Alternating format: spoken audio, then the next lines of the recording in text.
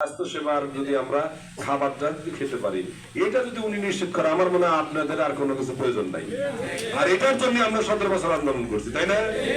তো সেই জন্য আকবর সাহেবকে এমপি বানালে উনি শুধু এমপি না, উনি এই সিরাজগঞ্জের কিন্তু মুরব্বী, তাই না?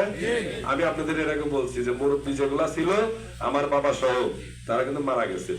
একমাত্র মুরব্বী রয়েছেন কেনা, এম আকবর আলী। তাকে জিয়া রহমান বলেন, খালেদা জিয়া বলেন, আজকে তারেক রহমান বলেন, ওনাকে কিন্তু অনেক শ্রদ্ধা করে।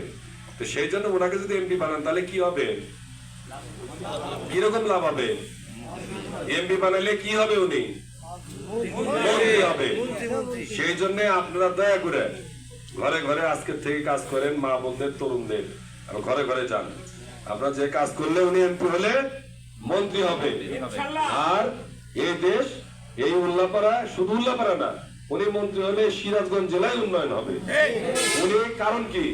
কারণ আকবর আলী সৎ, আকবর আলী আদর্শবান ব্যক্তি, নীতি আদর্শ নিয়ে চলে।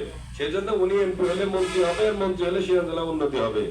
আর এই চাঁদাবাজ, সন্ত্রাসী, লুটেরা, তারপরে মাদক ব্যবসায়ী, প্রত্যেকটা আমাদের এই সমাজ দূষণ মুক্ত যে আছে, দূষণযুক্ত, এটাকে মুক্ত করবেন কে? এম আকবর আলী। অতএব সন্ত্রাসী, চাঁদাবাজ এবং আমাদের মাদক মুক্ত সমাজ গড়তে আকবর আলীকে ভোট দেওয়ার জন্য মাঠে নামেন। সকলকে ধন্যবাদ। আমি এই পর্যায়ে বক্তব্য রাখার জন্য অনুরোধ করছি। আমি এখন যেহেতু কৃষক দলের ভাইরা এখানে